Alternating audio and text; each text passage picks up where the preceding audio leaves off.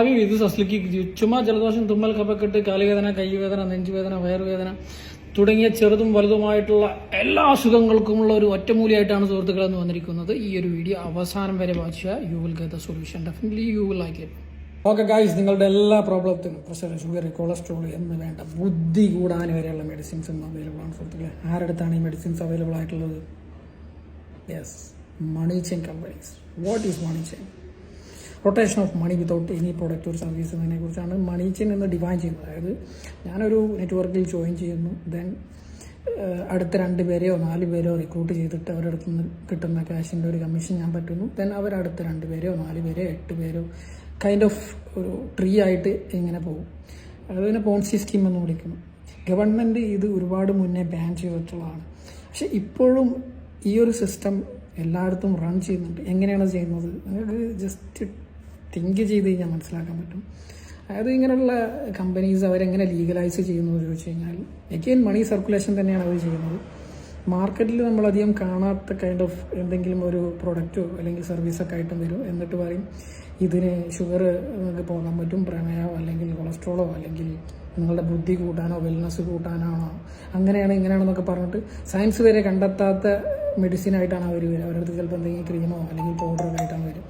So നിങ്ങൾ ഒരു കാര്യം തിങ്ക് ചെയ്യുക, ഇത്രയും അഡ്വാൻസ്ഡ് ആയിട്ടുള്ള സയൻസും മെഡിസിൻസും ഫൈൻഡ് ഔട്ട് ചെയ്യാത്തൊരു മരുന്ന് ഏതോ ഒരു ഉടായ്പ കമ്പനി, ഏതെങ്കിലും ഒരു ഇട്ടാവട്ടത്തിലൊരു കമ്പനി ഒരു കുപ്പിയിൽ ഒരു പൗഡറാക്കി തരുമ്പോൾ അതൊരിക്കലും ആക്സെപ്റ്റ് ചെയ്യാതിരിക്കുക. അവർ ചെയ്യുന്നതെന്ന് പറഞ്ഞാൽ ഇപ്പം അവർക്ക് നോർമലായിട്ട് മാർക്കറ്റിലുള്ള ഒരു പ്രൊഡക്റ്റ് വില കൂട്ടിയിട്ട് വിൽക്കാൻ പറ്റില്ല. അപ്പോൾ മാർക്കറ്റിൽ അധികം കാണാത്ത ഇങ്ങനെയുള്ള എന്തെങ്കിലും ഒരു പ്രൊഡക്റ്റോ സർവീസായിട്ട് വരുമ്പം അവരെ ചെയ്യാൻ പറ്റുന്ന ഒരു ഉടായ്പ എന്ന് പറഞ്ഞു കഴിഞ്ഞാൽ 50 രൂപേൻ്റെ സാധനം 500 5000 എന്ത് ചെയ്യാൻ പറ്റും? സർക്കുലേറ്റ് ചെയ്യാൻ പറ്റും. അപ്പോൾ എഗെയിൻ നമ്മളിപ്പോൾ പറഞ്ഞ മണി സർക്കുലേഷൻ, മണി ചെയിനാണ്, അതായത് മണി റൊട്ടേഷനാണ് അവിടെ നടന്നുകൊണ്ടിരിക്കുന്നത്. 50 രൂപേൻ്റെ സാധനം 5000 അല്ലെങ്കിൽ 500 സെല്ല് ചെയ്യുമ്പോൾ വെറും 50 രൂപ മാത്രമേ അതിന് കോസ്റ്റ് ഉള്ളൂ. ബാക്കി 450 മണി സർക്കുലേഷനാണ് നടന്നുകൊണ്ടിരിക്കുന്നത്. അപ്പം പ്യുവർ മണി സർക്കുലേഷൻ എന്ന് ഗവൺമെൻറ് പറ്റില്ല എന്ന് പറഞ്ഞപ്പോൾ അതിലൊരു ലൂപ്പ് ഹോൾ കണ്ടെത്തിയിട്ട് അതിൽ ചുമ്മാ ഒരു പ്രൊഡക്റ്റ് സർവീസ് വില കുറഞ്ഞൊരു സാധനം വില കൂട്ടിയിട്ട് സർക്കുലേറ്റ് ചെയ്യുമ്പോൾ ടെക്നിക്കലി അതെന്താണ്? മണി ചെയിൻ തന്നെയാണ്. അപ്പം മനസ്സിലാക്കുക, നാട്ടിൽ ഒരുപാട് കമ്പനീസ് ഉണ്ട് ഇതുപോലെ ഉടായ്പ്, പക്ക ഉടായ്പ്. ഒരു എക്സാമ്പിളാണ് കേട്ടോ ഇത്. ഇതിട്ട് കഴിഞ്ഞ് കഴിഞ്ഞാൽ ഒരുപാട് പ്രശ്നങ്ങൾ സോൾവ് ആവുമെന്ന് പറഞ്ഞത്. അപ്പോൾ ഞാനിപ്പോൾ ഇത് ഇടാൻ തുടങ്ങിയിട്ടുണ്ട്. പ്രശ്നങ്ങളൊക്കെ സോൾവ് ആയിട്ട് ശംഭോ മഹാദേവ എന്ന് പറഞ്ഞിട്ട് ഇപ്പോൾ ജീവിച്ചുകൊണ്ടിരിക്കുന്നത്.